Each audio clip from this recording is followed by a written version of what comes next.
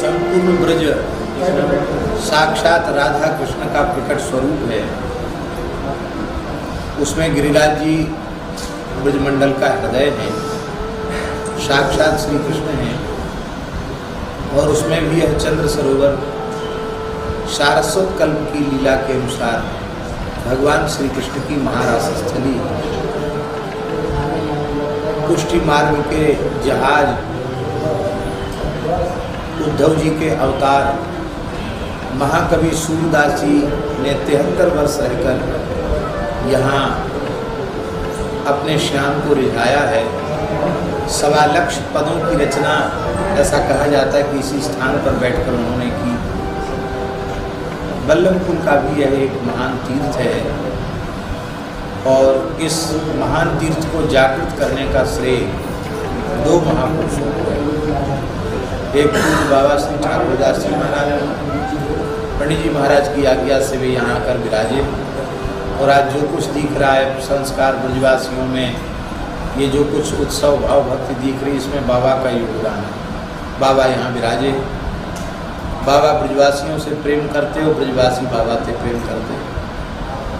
पूज्य सदगुरुदेव श्री गणेश दास जी भक्तमाली जी का भी संबंध यहाँ से, इस गांव से, ब्रजवासियों से बड़ी घनिष्ठता पूर्वक रहा, अंतिम क्षण तक रहा। ब्रजवासियों ने महाराज जी को अपना बाबा माना और महाराज जी ने गांव को अपना गांव माना। पूज्य बाबा ठाकुरदास जी यहाँ विराजते, निरंतर गो चिंतन उनको बना रहता था। एक कसाई एक देसी बछड़ा ले जा रहा था, उस बछड़े को देखकर बाबा को दया आई और बाबा ने किसी व्यक्ति से कहकर कसाई से बछड़ा खरीद लिया गया और उस एक बछड़े को बचाने से यहाँ गौशाला का आरंभ हुआ। फिर पूज्य गुरुदेव श्री गणेश दास जी भक्तमाली जी महाराज की अध्यक्षता में एक समिति का गठन हुआ और यहाँ गौशाला विधिवत आरंभ हुई। अपने समय की सबसे पुरानी गौशाला ये है। इस गौशाला से अनेक गौशालाओं का जन्म हुआ। आज तक इस गौशाला के माध्यम से सैकड़ों ब्रजवासियों के घरों में गोपालन आरंभ हुआ और हजारों की संख्या में गोवंश के प्राण बचाए गए। तो यह एक उत्तम आदर्श गौशाला है। पुस्तकालय भी है, शिक्षण संस्थान भी है, औषधालय भी है और यह निरंतर प्रगति के पथ पर अग्रसर है। आज आवश्यकता है सभी गोभक्त, राष्ट्रभक्त, भारतीय सनातन विचारधारा में श्रद्धा रखने वाले लोग, वैष्णवजन, सबके सहयोग की आवश्यकता है और प्रेम से गौशाला को सब अपनी मान करके इसमें सहयोग करें। ऐसी है विनय पत्रिका। ऐसा अनुपम ग्रंथ है गोस्वामी तुलसीदास जी महाराज का कि इस एकमात्र ग्रंथ का आश्रय कोई साधक ले ले तो साधक जीवन के समस्त प्रश्नों का समाधान हो जाएगा। भगवत प्राप्ति का मार्ग प्रशस्त ही नहीं हो जाएगा, ईमानदारी से यदि विनय पत्रिका का चिंतन करे, उसे अपना जीवन बनावे, तो इसी शरीर से इसी जन्म में निश्चित भगवत साक्षात्कार हो जाएगा। इसमें कोई संदेह नहीं। समर्थ सद्गुरु जो कार्य करते हैं वही कार्य विनय पत्रिका करती है। जैसे अष्टादश पुराणों का सार सर्वस्व फलरूप श्रीमद् भागवत है और भागवत को लिखने के बाद भगवान व्यास पूर्ण संतुष्ट हुए। फिर और कुछ जीवों के कल्याण के लिए लिखने की आवश्यकता नहीं है, अब हमारा प्रयोजन पूर्ण हो गया, ऐसा भगवान व्यास जी ने समझा। ठीक इसी प्रकार से भगवान की प्रेरणा से कलिमल ग्रसित जीवों के ऊपर अत्यंत अनुग्रह करके कलियुग के दोषों से बचने के उपाय के रूप में जीव का परम कल्याण हो जाए, इसी जन्म में भगवत प्राप्ति हो जाए, साधक के अंतःकरण का ज्ञान, वैराग्य, भक्ति तीनों सुदृढ़ हो जाएं, परम परम प्रेम उसे प्राप्त हो जाए, वह कृतकृत्य हो जाए, कृतार्थ हो जाए, इसी प्रयोजन के लिए मानव गोस्वामी जी ने अपनी अंतिम कृति के रूप में इसको प्रकट किया। इसको YouTube पर प्रचारित भी किया जा रहा है, इस प्रसारण भी इसका किया जा रहा है। उसको जो भी देखेंगे उन्हें घर बैठे नित्य सत्संग प्राप्त हो जाएगा। और हम ऐसा अनुभव करते हैं कि उन्हें यह नहीं लगेगा, जितनी देर वे सुनेंगे उनको नहीं लगेगा कि हम वृंदावन से दूर हैं। आप अपने घर में बैठकर यह अनुभव करेंगे कि हम संतों के, गुरुजनों के चरणों में श्रीधाम वृंदावन में ही भावमय स्वरूप से बैठकर श्री विनय पत्रिका के माध्यम से सत्संग। बागीशा यस्य वदने लक्ष्मी यस्य च वक्षसि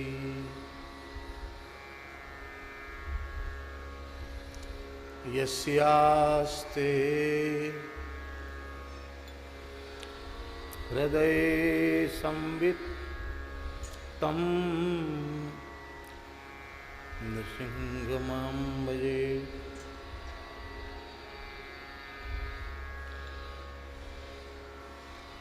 विश्वसर्ग विसर्गादि नवलक्षण लक्षितम् श्रीकृष्णाख्यं परं धाम जगद्धाम नमामि तत्।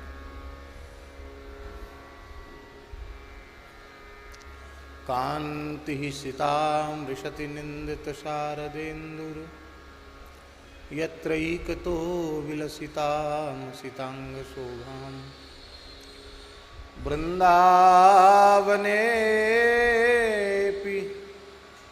कृतयामुनगाङ्गसङ्गं राधामुकुन्दयुगलं तदहं नमामि। प्रह्लाद नारद पराशर पुंडरीक व्यासाम्बरीश शुक शौनक भीष्मदाल्व्यान् रुक्मांगदार्जुन वसिष्ठ विभीषणादीन् पुण्यानिमान् परम भागवतान् नमामि।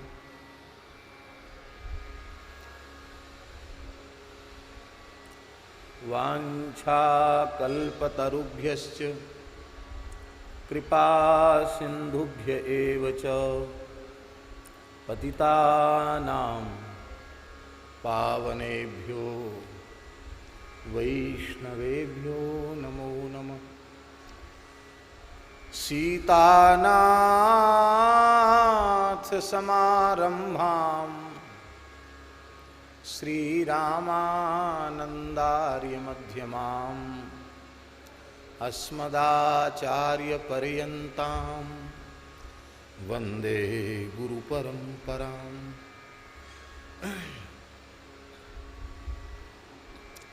भक्त भक्ति भगवंत गुरु चतुर नाम बपुएक इनके पद बंदन किए नाशे विघ्न अनेक। बंदऊं गुरुपद कंज कृपा सिंधु नर रूप हरि महामोहतम पुंज जासु बचन रवि कर निकर। बंदऊं तुलसी के चरण जिनकीन्हो जग काज कलि समुद्र बूढ़त लख्यो प्रगट्यो सप्त जहाज। प्रणवं पवन कुमार खलबन पावक ज्ञान घन जासु हृदय आगार बसहि राम सर चाप धर। अतुलित बलधामं हैम शैलाभदेहं दनुजवन कृशानुं ज्ञानिनामग्रगण्यं सकल गुण निधानम वानराणामधीशं रघुपति प्रिय भक्तम बात जातम नमामि। कल्याणानां निधानम कलिमलमथनं पावनं पावनानां पाथेयं यन्मुमुक्षो सपदि परपद प्राप्तये प्रस्थितस्य विश्रामस्थानमेकं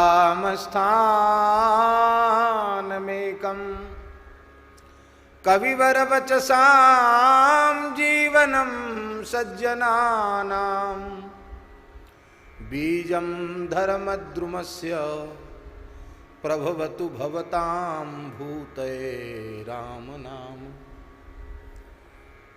श्री राम जय जय राम, श्री राम जय जय राम, श्री राम जय राम।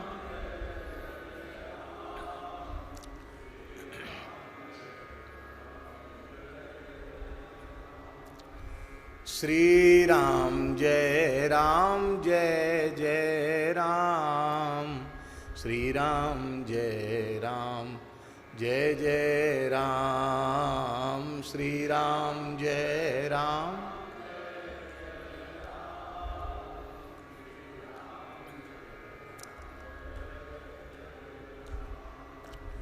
श्री राम जय जय राम, श्री राम जय जय राम, श्री राम।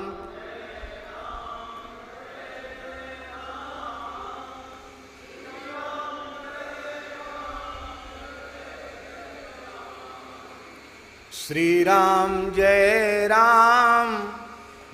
जय राम, श्री राम जय जय राम, श्री राम।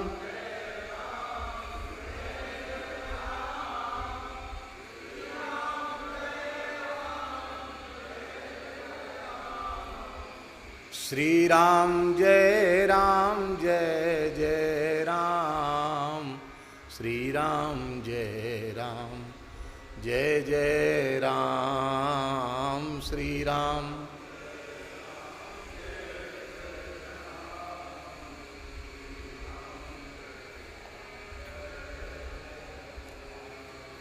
श्री राम जय जय राम, श्री राम जय जय राम, श्री राम।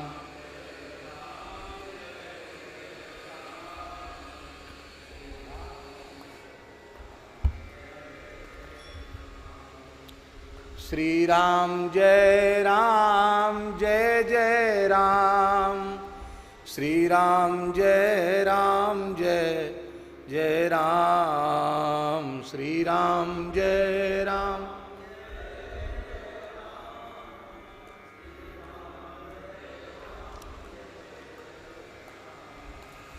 श्री राम जय जय राम, श्री राम जय जय राम, श्री राम।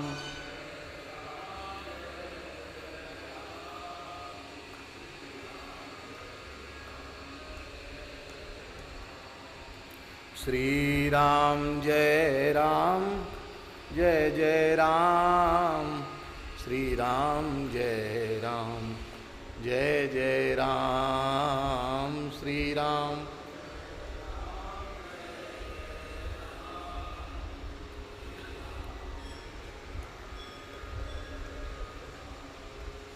श्री राम जय जय राम, श्री राम जय जय राम, श्री राम।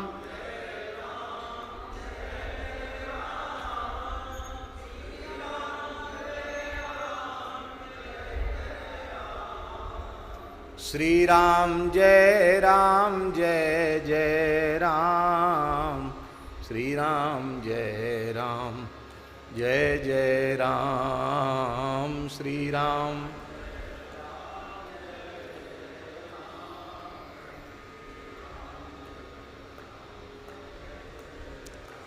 श्री सीताराम नाम महाराज की जय। श्री नित्य साकेत बिहारिणी बिहारी जी महाराज की। श्री मलुकपीठ बिहारिणी बिहारी जी महाराज की। श्री बंसीवट बिहारिणी बिहारी जी महाराज की। श्री यमुना पुलिन बिहारिणी बिहारी जी महाराज की जय। श्री हनुमान जी महाराज की जय। श्री गोपीश्वर महादेव की जय। श्री अन्नपूर्णा माता की जय। श्री गिरिराज महाराज की जय। श्री सूरश्याम गोधाम की। यज्ञेश्वरी जगज्जननी गौ माता की जय। अखिल गोवंश की जय। श्री जड़खोर गोधाम की जय। श्री पथमेड़ा गोधाम की जय। श्री 84 कोस ब्रजमंडल धाम की जय।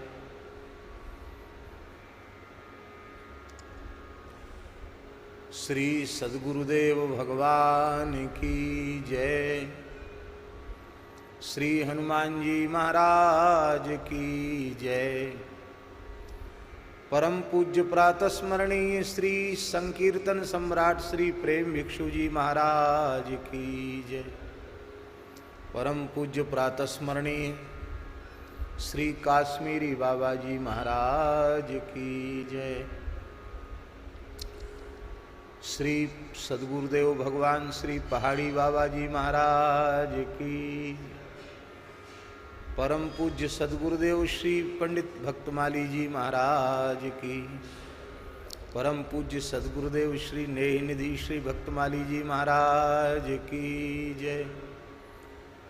सब संतन की जय। परम पूज्य प्रातः स्मरणीय श्रीमद स्वामी रामहर्षण दास जी महाराज की। उनके आविर्भाव महामहोत्सव की जय। आज ज्येष्ठ शुक्ला चतुर्थी है। आज की ही पवित्र तिथि पर हमारे भारतवर्ष की संत परंपरा की विशिष्टतम विभूति पंचरसाचार्य अनंत अनंत श्री संपन्न प्रेम मूर्ति पूज्यपाद श्रीमद स्वामी रामहर्षण दास जी महाराज श्री हर्षण कुंज अयोध्या का आज प्राकट्य दिवस है। कल पूज्य श्री सद्गुरुदेव भगवान भक्तमाली जी महाराज का तिरोभाव दिवस है।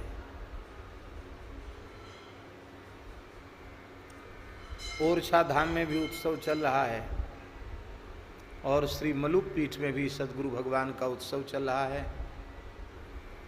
आज सद्गुरु तिरोभाव महोत्सव का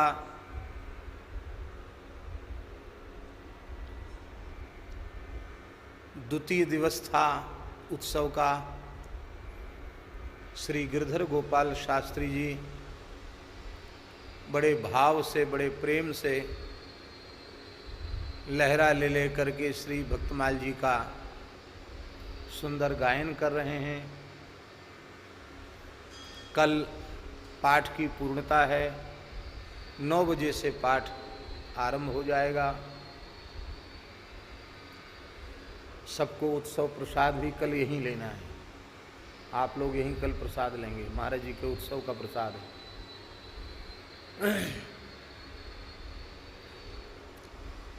तो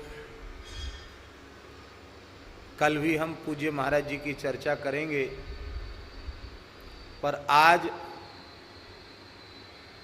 पूज्य श्री हर्षण कुंज सरकार का प्रादुर्भाव दिवस है, इसलिए उनके इस परम पावन प्रादुर्भाव दिवस पर उनके युगल पाद पद्मों में हम सब साष्टांग दंडवत प्रणाम निवेदन करते हैं। और उनके चरणों में प्रणाम करने के लिए कुछ दो चार पंक्तियां हैं, उनके माध्यम से उनको प्रणाम करते हैं। पूज्य सरकार का जो शताब्दी उत्सव था, 100वां जन्म दिवस, उस पर दास श्री अयोध्या जी पहुंचा था। तो बड़ी लंबी यात्रा करके पहुंचे थे।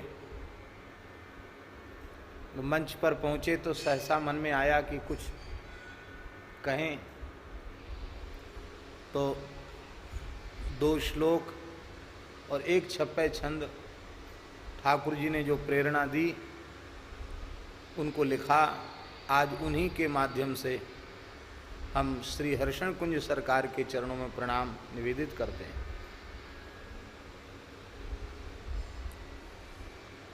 श्री राम हर्षण दासाय रामानंदानुयायिने मिथिला प्रेम प्रकाशाय रसाचार्याय वै नमः। कैसा स्वरूप है महाराज जी का। सश्रीकयुक्तम लसदूर्ध्वपुण्ड्रम सश्रीकयुक्तम लसदूर्ध्वपुण्ड्रम शुक्लांबरम गौरमनोभिरामम शुक्लांबरम गौरमनोभिरामम त्रिकप्रदम, त्रिकप्रदम ज्ञान भक्ति वैराग्य प्रदम, त्रिकप्रदम अथवा श्री राम लक्ष्मण और श्री जानकी जी की प्राप्ति कराने वाले, वो भी त्रिक है। त्रिकप्रदम पंचरसस्वरूपम श्रीहर्षणाचार्यमहं प्रपद्ये। कलिपावन युग पुरुष श्री राम हर्षण जू अवतरे। कलिपावन युग पुरुष श्री राम हर्षण जू अवतरे। सदाचार श्रुति शास्त्र प्रगट जीवन दिखरायो। सदाचार श्रुति शास्त्र प्रगट जीवन दिखरायो। भक्ति ज्ञान वैराग्य रूप को सुलभ करायो। भक्ति ज्ञान वैराग्य रूप को सुलभ करायो। प्रेम रामायण बिरची सिद्धि निधि भाव दिखायो। प्रेम रामायण बिरची सिद्धि निधि भाव दिखायो। आपने प्रेम रामायण की रचना न की होती तो मिथिला में श्री लक्ष्मी निधि जी का भाव और श्री सिद्धि जी का भाव, लक्ष्मी निधि जी की गृहिणी, राम जी की सरहज, किशोरी जी की भाभी, उनका भाव छिपा ही रह जाता। प्रेम रामायण बिरची सिद्धि निधि भाव दिखायो। प्रेम रामायण बिरची सिद्धि निधि भाव दिखायो। नाम रूप लीला धाम निष्ठा स्वरूप बतलायो। नाम रूप लीला धाम निष्ठा स्वरूप बतलायो। जी करके नाम रूप धाम लीला की निष्ठा को प्रकट करके दिखाया। प्रेमी पंच रसाचार्य द्वितीय रामानंद अवतरे। प्रेमी पंच रसाचार्य द्वितीय रामानंद अवतरे। ऐसा आपका स्वरूप, आपकी गुरु गरिमा को देख करके ऐसा लगता था कि कहीं पुनः श्री आचार्य चरण तो नहीं आ गए। प्रेमी पंच रसाचार्य द्वितीय रामानंद अवतरे। कलि पावन युग पुरुष श्री हर्षण दास जू अवतरे। कलि पावन युग पुरुष श्री हर्षण दास जू अवतरे। परम पूज्य श्री महाराज जी की जय। श्री आचार्य चरण की जय। श्री आचार्य आविर्भाव महामहोत्सव की जय। अब हम लोग श्री विनय पत्रिका में जो क्रम है उस क्रम के अनुसार आज श्री हनुमान जी का मंगलमय स्मरण करते हैं। 25वें संख्या पद से, पद संख्या 25, हनुमान जी का स्तवन श्री तुलसीदास जी महाराज आरंभ कर रहे हैं।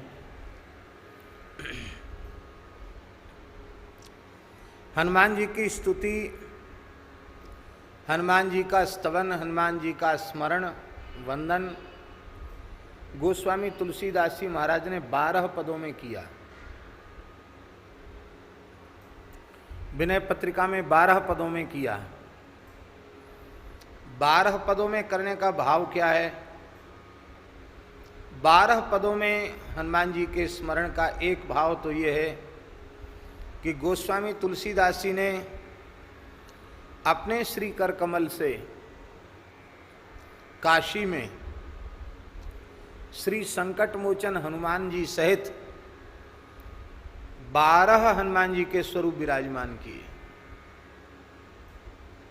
तो ऐसे लगता है मानो उन 12 स्वरूपों का बंधन आपने 12 पदों के माध्यम से किया। अथवा भगवान के कृपा विग्रह श्री हनुमान जी महाराज के अनंत स्वरूप हैं। इसलिए अनंत स्वरूप हैं कि हनुमान जी साक्षात महारुद्र ही, शिव जी ही, और हरि हरयोः अभेदा, हरि हर में अभेद है। इस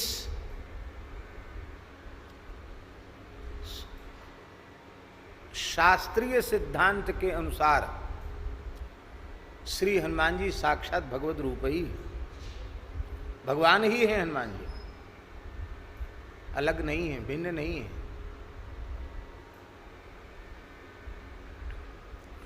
इसलिए हनुमान जी की अनंत महिमा है, अनंत स्वरूप है हनुमान जी के। हनुमत सहस्रनाम स्तोत्र है जिसमें हनुमान जी के 1008 नाम हैं।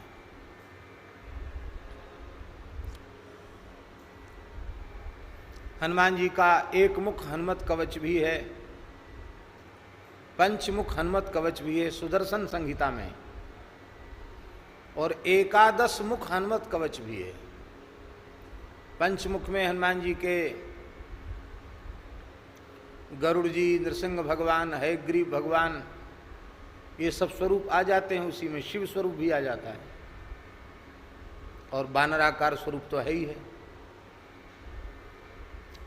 11 स्वरूपों में 11 मुख श्री हनुमान जी में अनेक स्वरूप आ जाते हैं।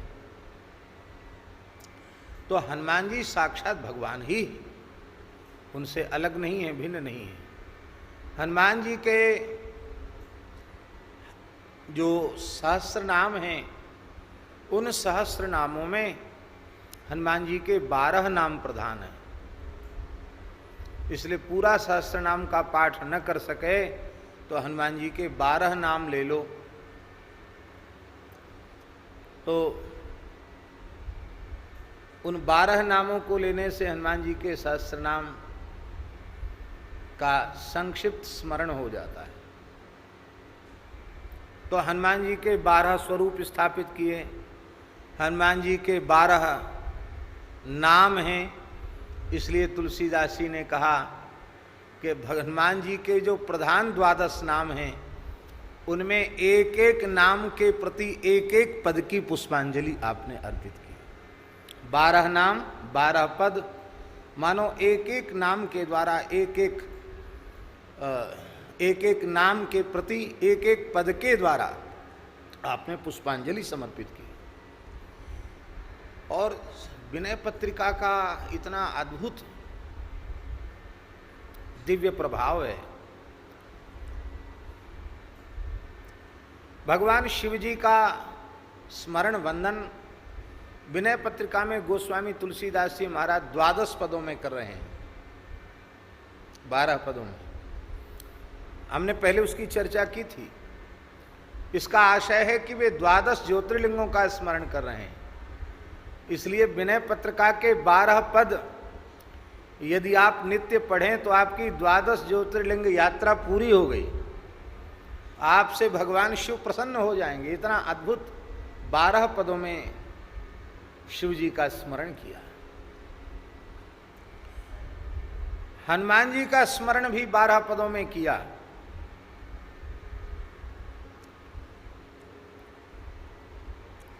आप शिव जी को प्रसन्न करना चाहते हैं,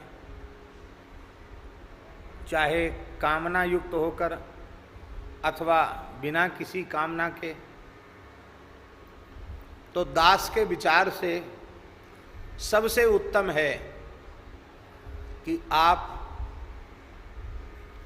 शिव जी को प्रसन्न करना चाहते हैं तो अनुष्ठान पूर्वक, भाव पूर्वक भगवान शिव का नित्य पूजन करते हुए विनय पत्रिका के 12 पद जो शिव जी के संबंध में गोस्वामी जी ने लिखे हैं उनके द्वारा आप स्तवन करें।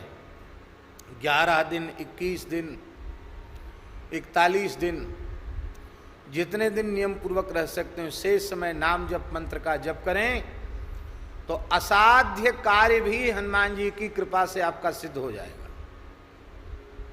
ये पद नहीं है, ये चमत्कारी मंत्र हैं, ये चमत्कारी सिद्ध स्तोत्र हैं। वर्तमान समय में शारीरिक आदि व्याधि के शमन के लिए प्रायः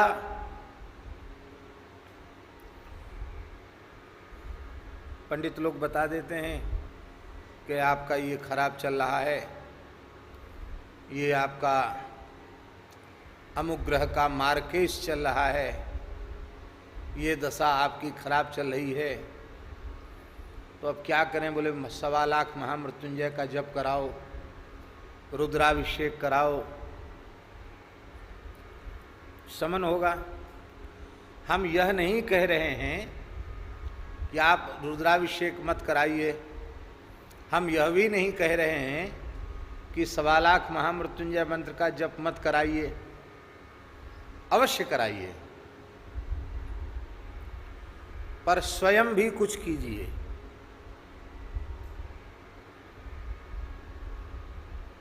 हमारा अपना विश्वास है कि भगवान शिव का नित्य पूजन करते हुए, अभिषेक करते हुए यदि 12 पद जो शिवजी के चरणों में समर्पित किए हैं तुलसीदास जी महाराज ने, उनके द्वारा आप नित्य भगवान शिव को पुकारें तो आपको उस अनुष्ठान के सद्यः लाभ की अनुभूति आपको होगी। ये सब चमत्कारिक स्तोत्र हैं।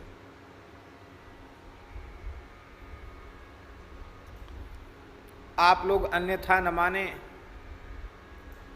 मंत्र में दोष नहीं है।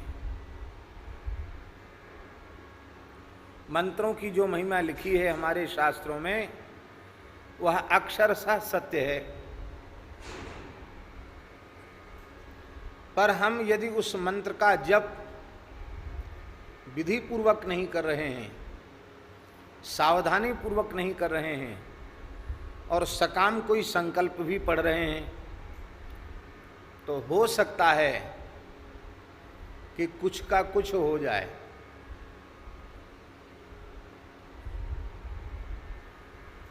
एक महानुभाव बता रहे थे कि एक पंडित जी की गृहिणी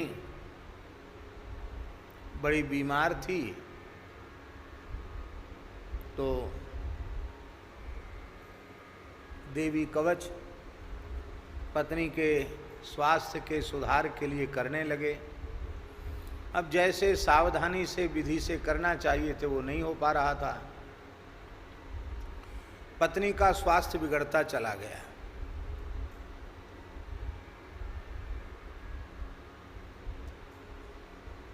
एक दिन उनको बड़ी गुस्सा आई देवी जी के ऊपर, थोड़ी खरी खोटी भी सुनाई और कहा मैं दिन दिन भर पाठ करता हूँ, मेरी गृहिणी की हालत बिगड़ती चली जा रही है, क्या कर रही हो भगवती?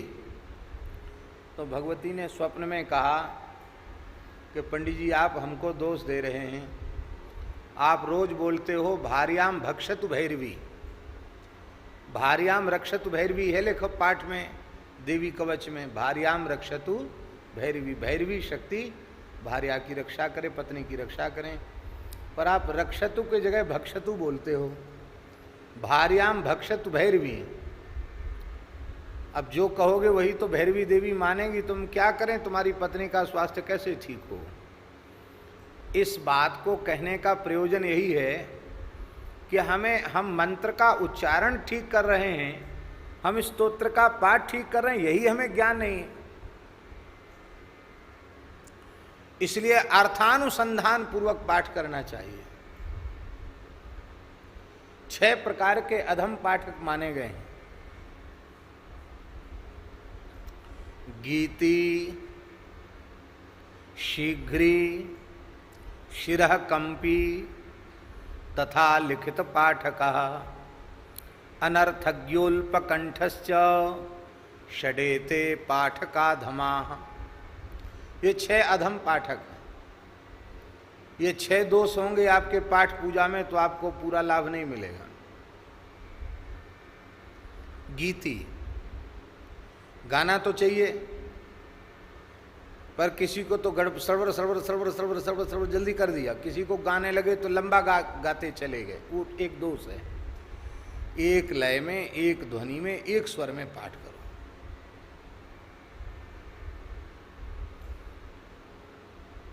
बहुत लंबा गा गा के मत करो। शीघ्री, बहुत जल्दी जल्दी भी मत करो। शिरः कंपी, बहुत से लोग होते हैं कि वो पाठ करते समय ऐसे करेंगे, ऐसे बहुत से लोग ऐसे ऐसे हिलने लग जाते हैं। ये शरीर हिलाना या सिर हिलाना ये ठीक नहीं, ये दोष है। गीति, शीघ्री, शिरः कंपी तथा लिखित पाठका। अपने हाथ से स्तोत्र लिखकर भी पाठ नहीं करना चाहिए, ऐसा भी है। अब तो लिखने की बात ही नहीं, अब तो छपे छपाए हैं। तो पुराने समय में ये पद्धति इसलिए थी शास्त्री जी कि स्तोत्र लिख करके दान करने की बड़ी महिमा है। तो अब राम रक्षा स्तोत्र आपने सुंदर लेख में लिखकर हमको दे दिया, हमने लिखकर आपको दे दिया, तो स्तोत्र दान का पुण्य मिल गया। इसलिए भी एक ये विधि थी कि लिखित पाठक नहीं, एक दूसरे को लिख करके दान करें। लिखा है ना, अष्टौ ब्राह्मणान सम्यक ग्राह्यत्वा सूर्य वर्चस्वी भवति, गणपति अथर्व शीर्ष में लिखा है। 8 ब्राह्मणों को लिख करके दो तो सूर्य के समान तेजस्वी हो जाता है व्यक्ति। तो ये लिख करके दान करने की बड़ी विधि है। तो अब लिखित पाठक वाली बात तो खत्म भई।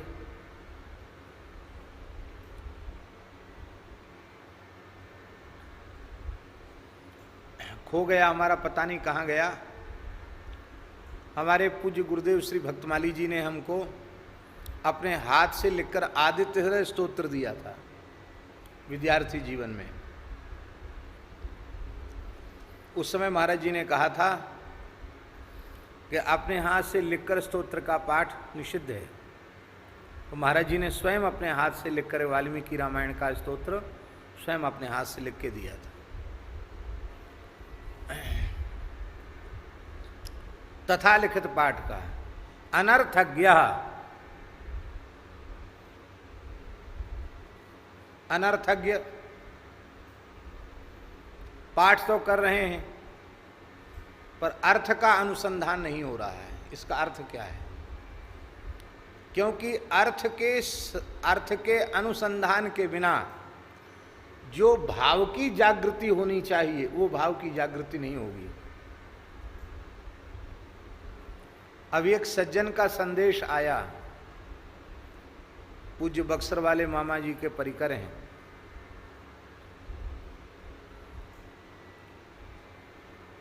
मिश्रा जी। तो बोले सरकार,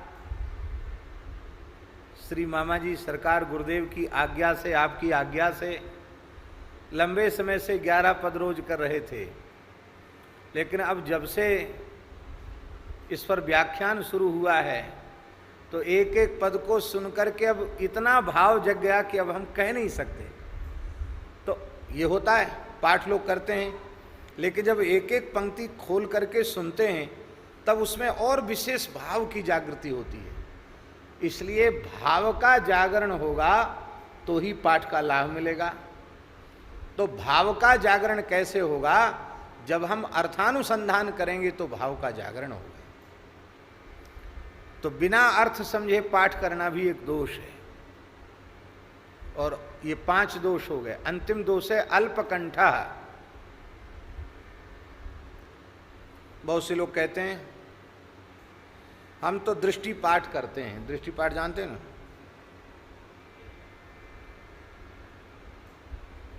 इसकी विधि नहीं है। भागवत जी का पाठ हमारे 2 व्यास जी बैठे हैं, गिरधर गोपाल शास्त्री जी और पूज्य श्री राजेश कृष्ण जी। तो प्रायः भागवत की कथाओं में पाठक जो होते हैं ऐसे होता है ना, उंगलियां श्लोक के ऊपर फिरा के, ये भी एक पाठ का दोष है। बहुत से लोग करेंगे भी तो यम प्रभुजन मनोवेद पुत्र तन्मय तम सर्वूर्धम दोष में। अब क्या समझ में आया? आपके आया समझ में? हमने बोला यम प्रव्रजंत मनुपेत मपेत कृत्यम, ये बोला हमने, आपकी समझ में आया? ये हुआ अल्पकंठ। मिर कर रहे हैं भीतर ही भीतर, पता ही नहीं चल रहा क्या कह रहे हैं। ये है अल्पकंठ। ये 6 प्रकार के दोष न होंगे तो पाठ से पूरे लाभ की अनुभूति होगी।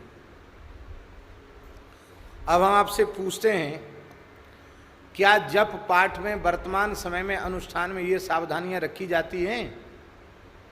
प्रायः नहीं रखी जाती। और एक यंत्र इतना खतरनाक यंत्र है,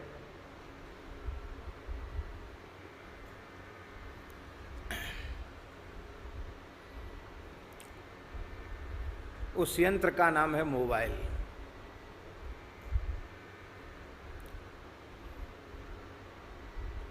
ये मोबाइल जब से आ गया तब से तो महामृत्युंजय मंत्र जैसे मंत्र और ही सफल नहीं हो रहे, क्योंकि मुंह में गुटखा सुपारी दबी हुई है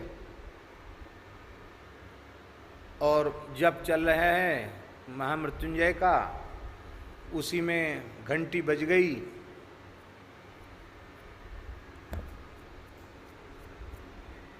वो होता है ना वो स्पर्श वाला मोबाइल, ऐसे ऐसे उसमें करते हैं। फिर उसमें कुछ न कुछ तो आता ही है। तो जब भी चल रहा मैसेज देखने लग गए, मैसेज लिखने लग गए, फिर चुनाव का समय चल रहा है तो कितनी सीट निकली, कितनी किसकी डूबी, कितनी किसकी आई। अब इस समय ये महामारी चल रही है तो कितनी संख्या घटी, कितनी बढ़ी। सारे संसार का प्रपंच जंजाल इसी मशीन में है। हमारी अत्यंत विनम्र प्रार्थना है, इस यंत्र का अत्यंत सीमित, विवेकपूर्ण, जितना उत्तम उपयोग हो सकता है आप करें। इसके अतिरिक्त बहुत अच्छा है इस यंत्र से अपने आप को बचा कर रखें। ये आपके साधन का और आपके स्वयं का सर्वनाश करने वाला यंत्र है।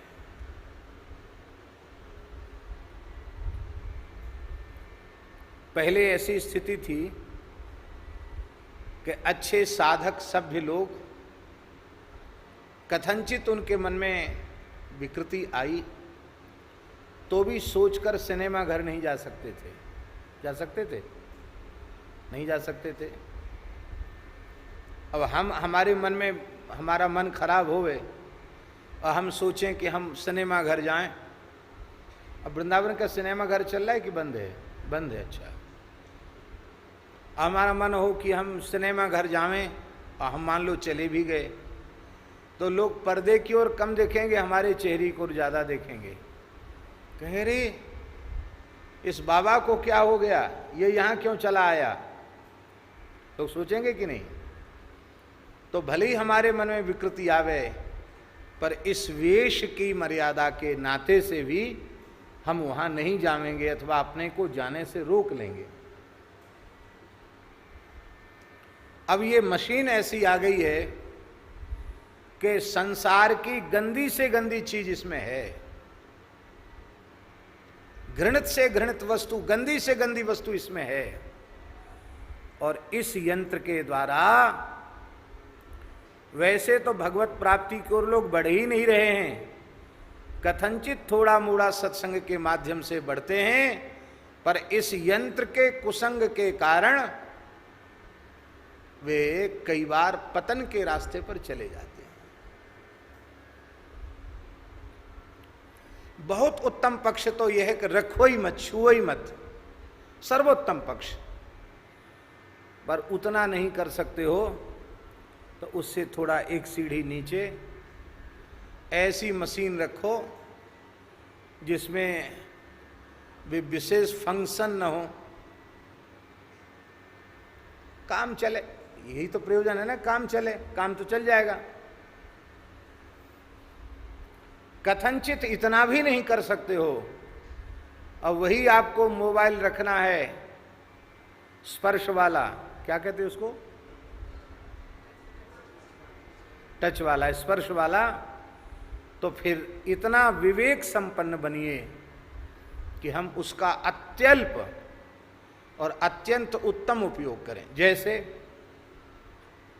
अब ये विनय पत्रिका चल रही है और YouTube पर इसको ये भैया डाल रहे हैं, तो तमाम लोग मोबाइल के माध्यम से ही देख रहे हैं, अथवा जिन्हें आता है तो मोबाइल को टीवी से कनेक्ट कर देते हैं, तो वो मोबाइल में नहीं टीवी में फिर पूरा घर एक साथ देख सकता है। YouTube से कनेक्ट हो जाती है टीवी, रंगीन टीवी, तो पूरा परिवार भी देख सकता है, सुन सकता है। तो ये तो हुआ उत्तम उपयोग। लेकिन इस उत्तम उपयोग के साथ यदि आप गलत उपयोग भी करते हैं तो उत्तम उपयोग से जो लाभ आपको मिलना चाहिए वो लाभ आपको नहीं मिलेगा। क्या देख रहे हो? बोले कार्टून देख रहे हैं। क्या कर रहे हो? बोले गेम खेल रहे हैं। चलो ठीक है, आपने कार्टून देखे, गेम खेले, लेकिन आपका अमूल्य समय नष्ट हुआ कि नहीं हुआ? जिस समय में आपको नाम जप करना चाहिए, आपको साधन करना चाहिए, स्वाध्याय करना चाहिए, वो समय आपका चला गया। अति आवश्यक समाचार हमको सुनने पड़ते, फोन बहुत जरूरत होती तो कभी करना भी पड़ता है, पर अब तक हमारे जीवन में ये समस्या बनी हुई है कि हमारे पास समय ही नहीं है।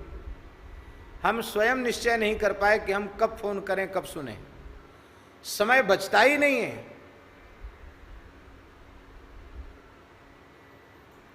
और लोगों के लिए लग रहा है कि हमारा समय नहीं कट रहा है, लेकिन हमारे लिए तो समय कम पड़ रहा है।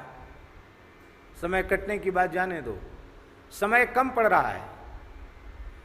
और श्री ठाकुर जी की, गुरुजनों की कृपा से खूब सुख मिल रहा है, खूब सुख मिल रहा है। भगवान विश्वम्भर हैं, सारे विश्व का भरण पोषण श्री ठाकुर जी के ऊपर है। पर उनकी कृपा से इस प्रतिकूल परिस्थिति में जो वृंदावन वास का सुख, जो सत्संग का सुख, जो स्वाध्याय का सुख और जो नित्य नियम का सुख मिल रहा है, वो महाराज लंबे समय से नहीं मिला था, अब श्री हरिगुरु संतों की कृपा से मिल रहा है।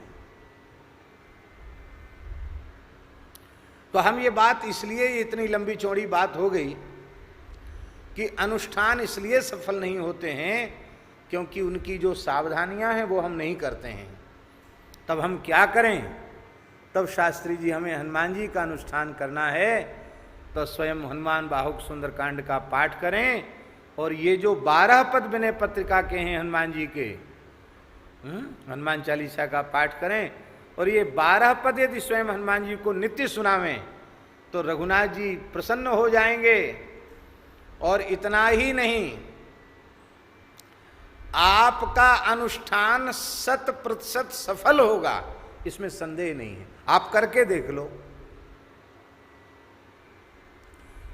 और सर्वोत्तम पक्ष यह है कि देवता का अनुष्ठान स्वयं ही करना। ब्राह्मणों से कराओ, उनको दान दक्षिणा दो, उनका सत्कार करो, अच्छी बात है। ब्राह्मण भी अत्यंत श्रद्धापूर्वक, सावधानी पूर्वक और यजमान के कार्य सिद्धि का संकल्प लेकर के बड़ी पवित्रता पूर्वक करें, ये उनके लिए आवश्यक है।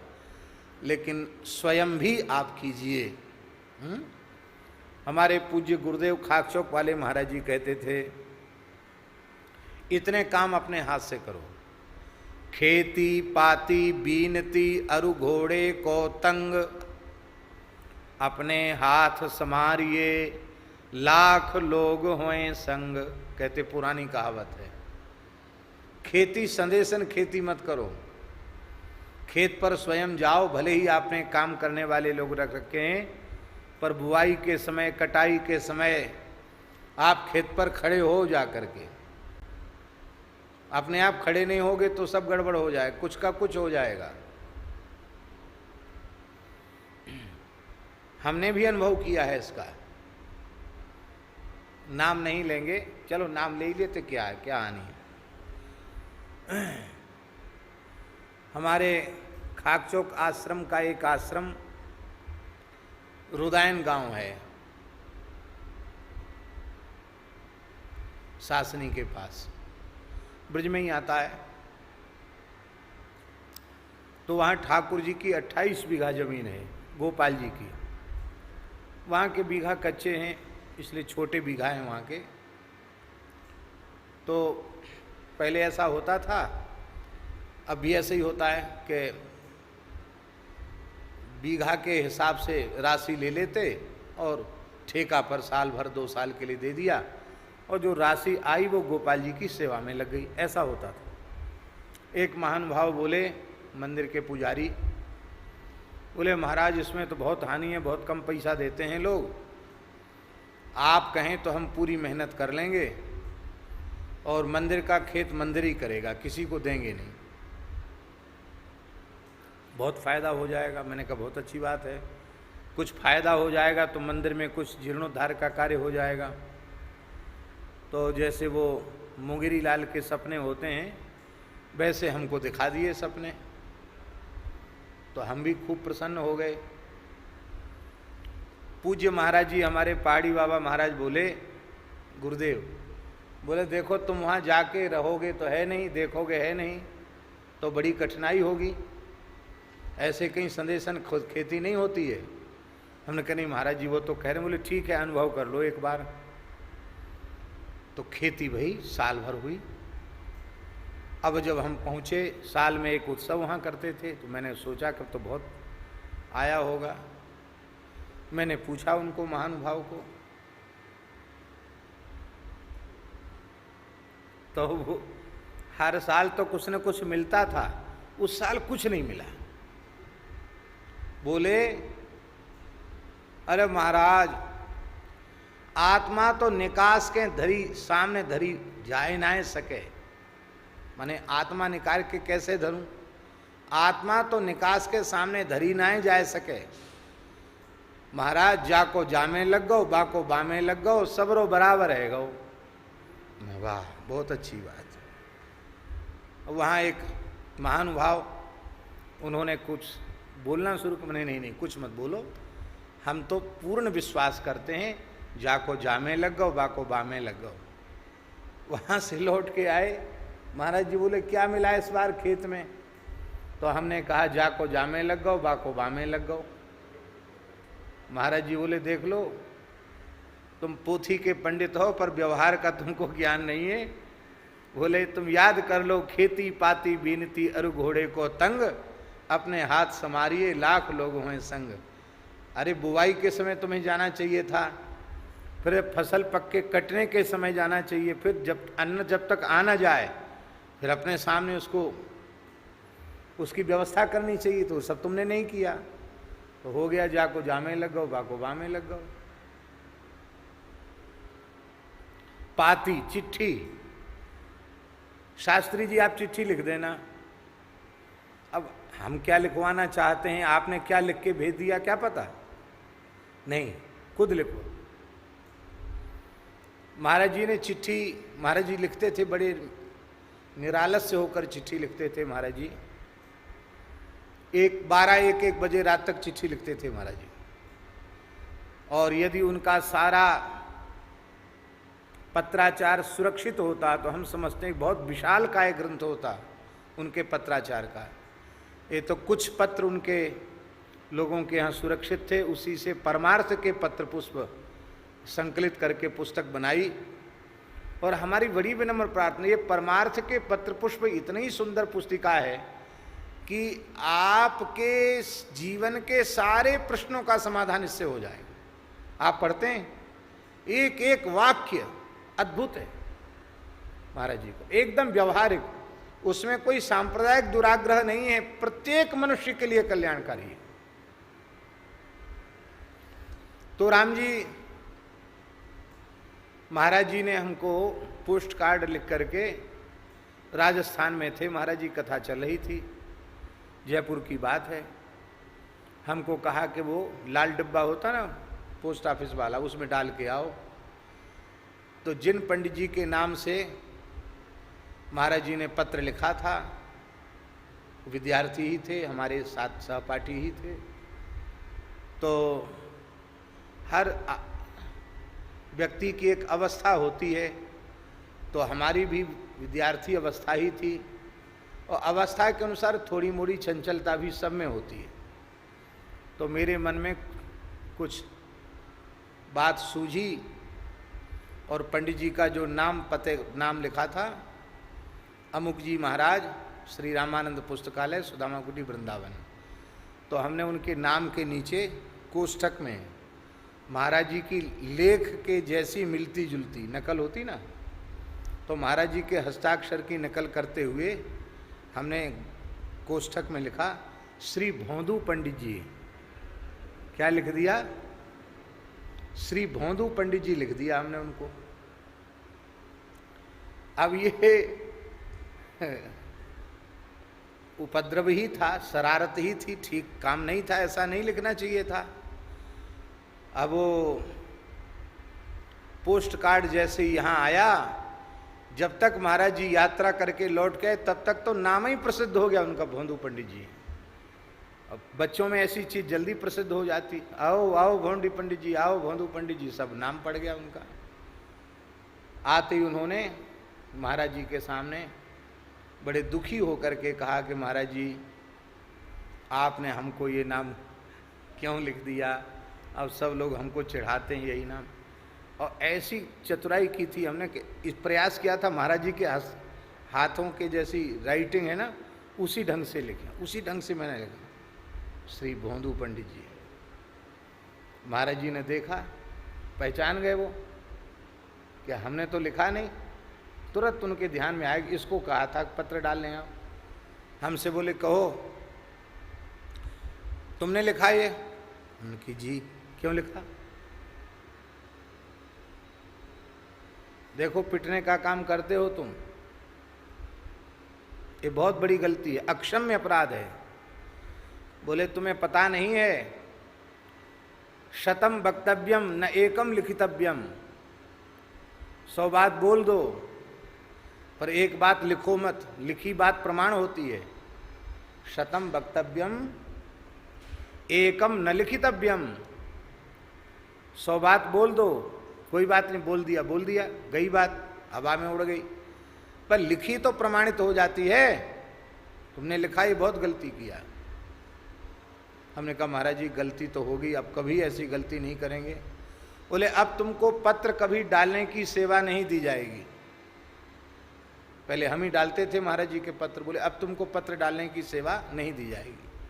हम रोने लगे, महाराज जी सेवा से तो वंचित मत करो, एक बार गलती हो गई, आप क्षमा कीजिए और प्रायश्चित बताइए, हम प्रायश्चित करने के लिए तैयार। उस समय वो पंडित जी हमसे पढ़ रहे थे, आयु में हमसे कुछ बड़े थे, 1-2 साल, पर हमसे कुछ व्याकरण पढ़ रहे थे। महाराज जी ने कहा इनको साष्टांग प्रणाम करो, चरण पकड़ के इनसे कहो ये क्षमा कर देंगे तो तुम क्षमा हो। मैंने उनको साष्टांग प्रणाम किया, चरण पकड़े, बोले पंडित जी आप क्षमा करो। फिर वो मन गए बेचारे, कोई बात नहीं, ब्राह्मण तो ब्राह्मण ही होते हैं, मन गए, प्रसन्न हो गए। तो पाती चिट्ठी स्वयं लिखो, कथनचित किसी से लिखवाई भी हो तो स्वयं पढ़ करके तब उसको डालो।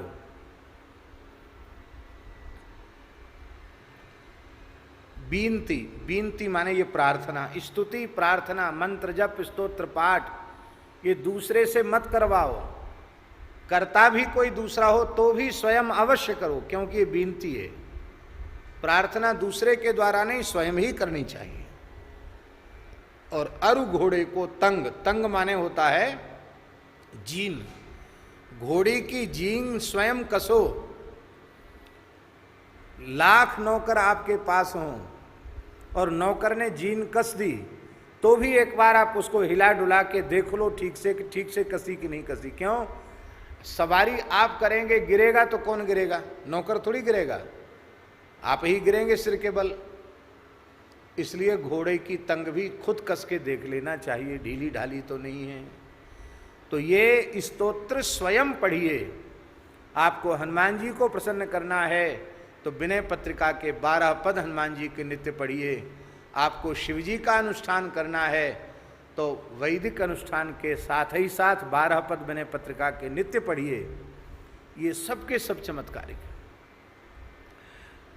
भगवती की उपासना आप नवरात्रि में करते हैं, अवश्य करिए, किंतु गोस्वामी तुलसीदास जी ने विनय पत्रिका में जिन पदों में भगवती का स्मरण किया है उन पदों में भगवती को अवश्य पुकारिए, आपको निश्चित लाभ होगा। अब ये हनुमान जी की स्तुति भी इतनी विलक्षण है, इतनी विलक्षण है। धन्य है गोस्वामी तुलसीदास जी का पांडित्य, उनका वैदुष्य। हम आपको क्या कहें, इन 12 पदों की चर्चा कोई अच्छा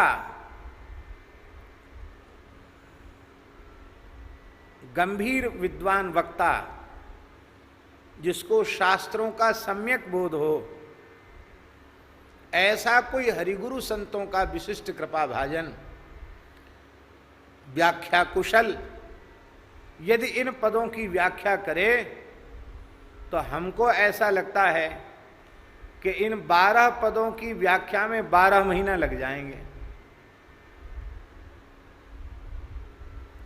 इतना जहां कहीं स्तोत्रों में, संहिताओं में, पुराणों में, जहां कहीं हनुमान जी की कोई विशेषता थी, कोई बात थी, उस सबको गोस्वामी जी ने 12 पदों में, क्या उनकी सामर्थ्य है।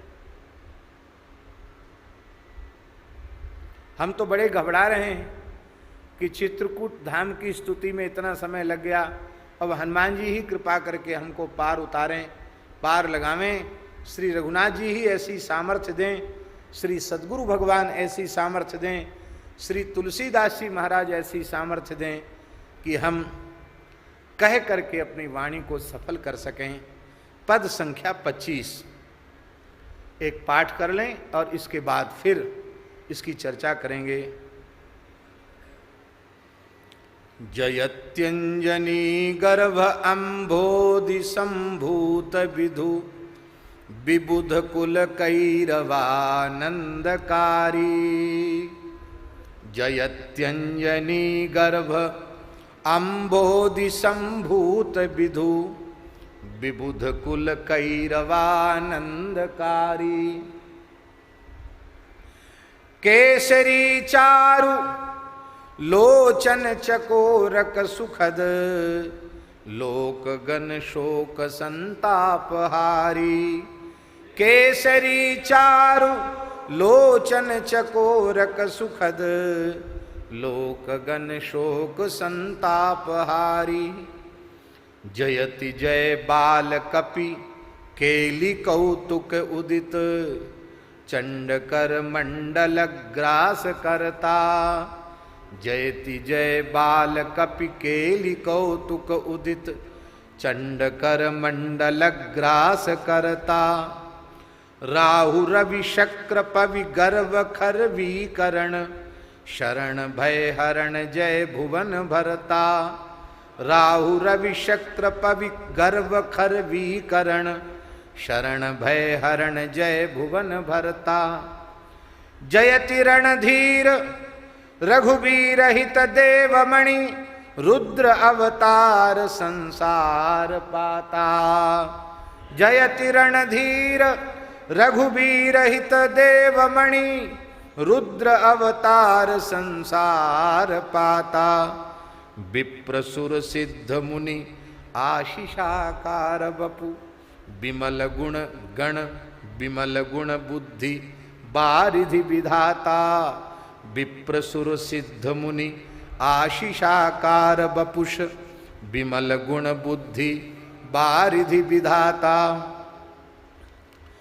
जयति सुग्रीव ऋक्षादि रक्षण निपुण बाली बलशाली बध मुख्य हेतु। जयति सुग्रीव ऋक्षादि रक्षण निपुण बाली बलशाली बध मुख्य हेतु। जलधि लंघन सिंह सिंहिका मद मथन रजनिचर नगर उत्पात केतु। जलधि लंघन सिंह सिंहिका मद मथन रजनिचर नगर उत्पात केतु। जयति भूनंदनी शोच मोचन विपिन दलन घन नाद बस विगत शंका। जयति भूनंदनी शोच मोचन विपिन दलन घन नाद बस विगत शंका। लूम लीला नल ज्वाल माला कुलित होलिका कर्ण लंकेश लंका। ज्वाल माला कुलित होलिका कर्ण लंकेश लंका। जयति सौमित्री रघुनंदनानंद कर ऋक्ष कपि कटक संघट विधाई। नंद कर ऋक्ष कपि कटक संघट विधाई। बद्ध बारिधि सेतु अमर मंगल हेतु भानुकुल केतु रण विजयदाई। बद्ध बारिधि सेतु अमर मंगल हेतु भानुकुल केतु रण विजयदाई। जयति जय वज्र तनु दसन नख मुख विकट चंड भुज दंड तरु शैल पानी। वज्र तनु दसन नख मुख विकट चंड भुज दंड तरु शैल पानी। समर तैलिक यंत्र तिल तमीचर निकर पेरी डारे सुबट घाली घानी। निकर पेरी डारे सुभट घाली घानी। जयति दस कंठ घट कर्ण बारिद नाद कदन कारण काल नेमि हंता। जयति दस कंठ घट कर्ण बारिद नाद कदन कारण काल नेमि हंता। अघट घटना सुघट सुघट विघटन विकट भूमि पाताल जल गगन गंता। अघट घटना सुघट सुघट विघटन विकट भूमि पाताल जल गगन गंता। जयति विश्वविख्यात बानैत बिरुदावली विदुष वर्णत वेद विमल बानी। विदुष वर्णत वेद विमल बानी। दास तुलसी त्रास समन सीता रमण संग शोभित राम राजधानी। दास तुलसी त्रास समन सीता रमण संग शोभित राम राजधानी। सीता रमण संग शोभित राम राजधानी। शोभित राम राजधानी। पहले हम सरलार्थ कर लें, फिर विशेषार्थ करेंगे, ठीक है। सबसे पहले इस पद में गोस्वामी तुलसीदास जी जयति शब्द का प्रयोग कर रहे हैं। जयति, जयति वर्तमान कालिक क्रियापद का प्रयोग है। वर्तमाने लट जयति, जयति माने जय होती है। कस्य जयति, किसकी जय होती है? बोले हनुमान जी की जय होती है।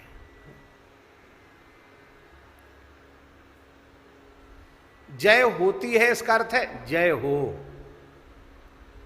जिसकी सदा सर्वदा जय होती है उन्हीं श्री हनुमान जी महाराज की जय हो।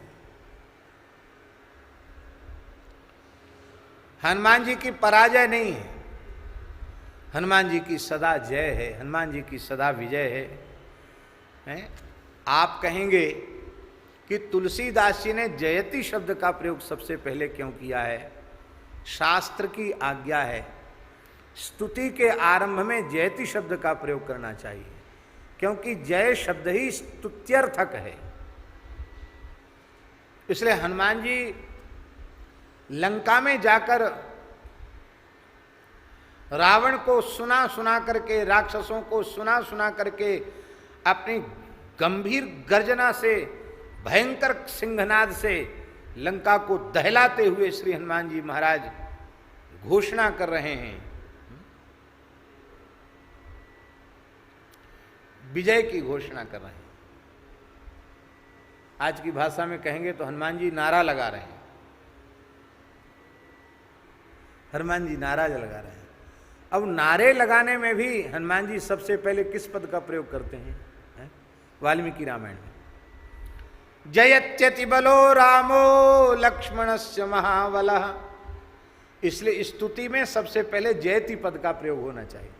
जयत्यति बलो रामो लक्ष्मणस्य महाबलः राजा जयति सुग्रीवो राघवेणाभिपालितः।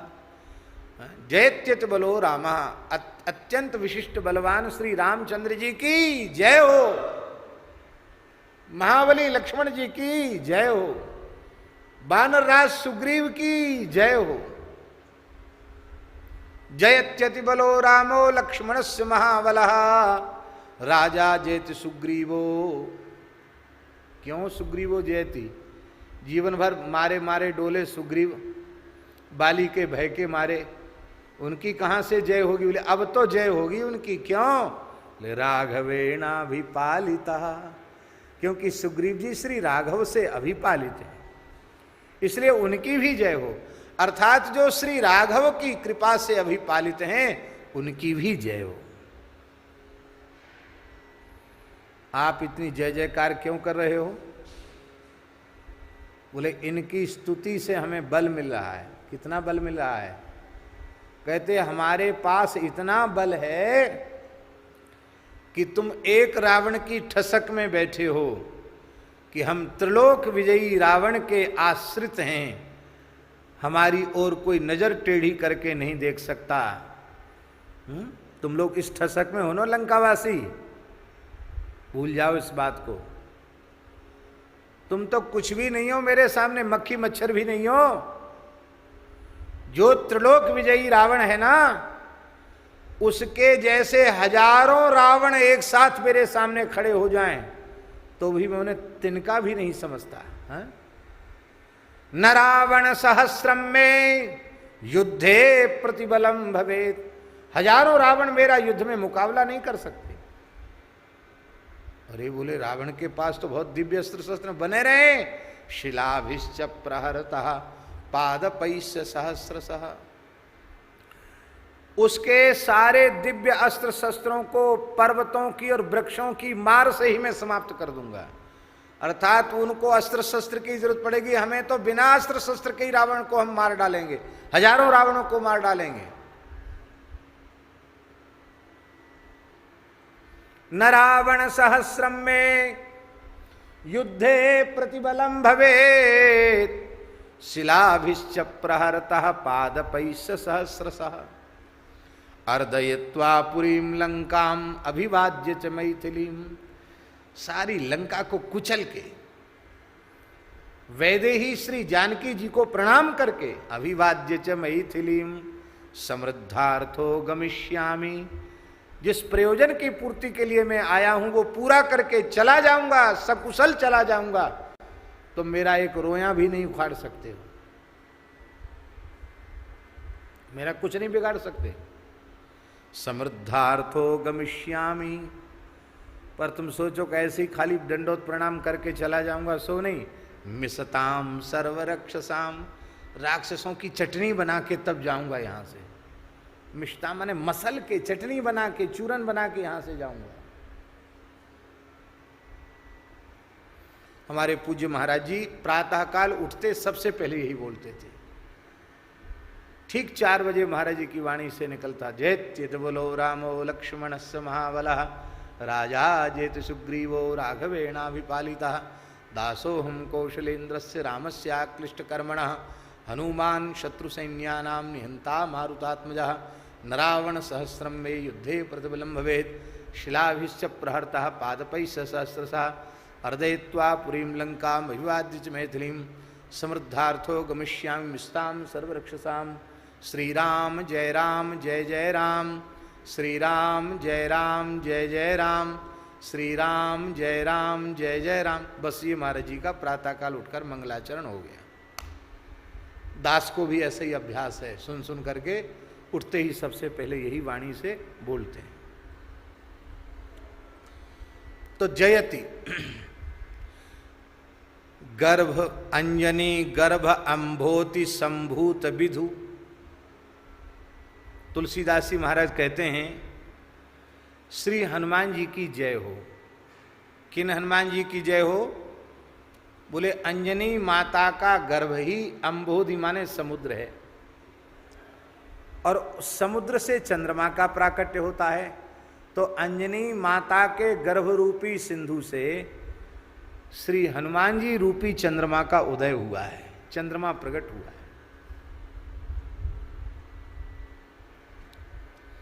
बोले चंद्रमा से तो सबको आनंद होता है, हनुमान जी के प्राकट्य से आनंद किसको हुआ? कहते हैं विबुध कुल कैरवानंदकारी। यहाँ विधु शब्द है, विधु। चंद्रमा के कई वाचक हैं, उनमें एक चंद्रमा का वाचक है विधु।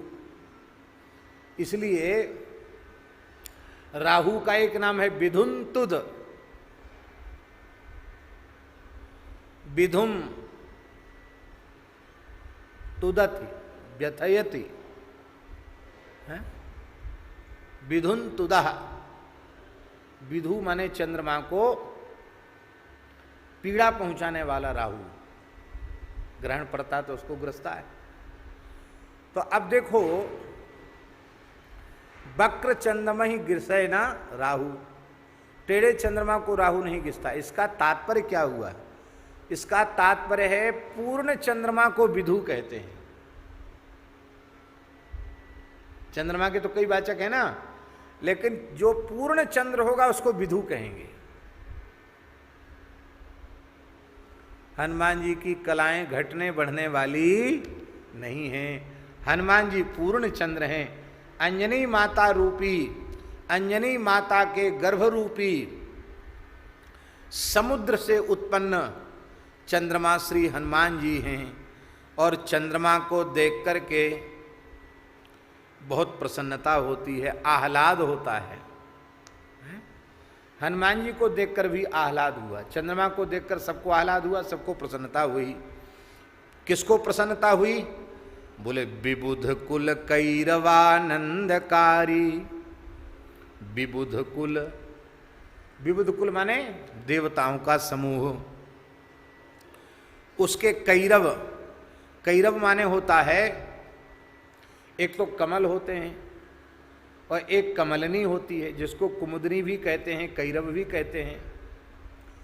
तो वो कुमुदनियाँ जो होती हैं वे दिन में तो बंद हो जाती हैं और रात्रि को वे विकसित होती हैं।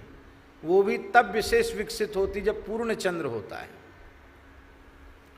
अब पूर्ण चंद्र में एक बार जब वो विकसित हो जाती हैं, खिल जाती हैं, तो फिर दिन में भी बंद नहीं होती, फिर वो खिली की खिली रहती। देखा होगा सरोवरों में कमलनी, कुमुदनी, जानते हैं ना कुमुदनी? एक तो कमल होता है, एक कुमुदनी होती है, वो रात्रि में खिलती है। कमल का तना रूखा होता है, उसमें छोटे छोटे कांटे होते हैं, और कुमुदनी का तना बहुत कोमल होता है, मृणाल, बहुत कोमल होता है, चिकना स्निग्ध कोमल होता है, ये अंतर होता है उसमें।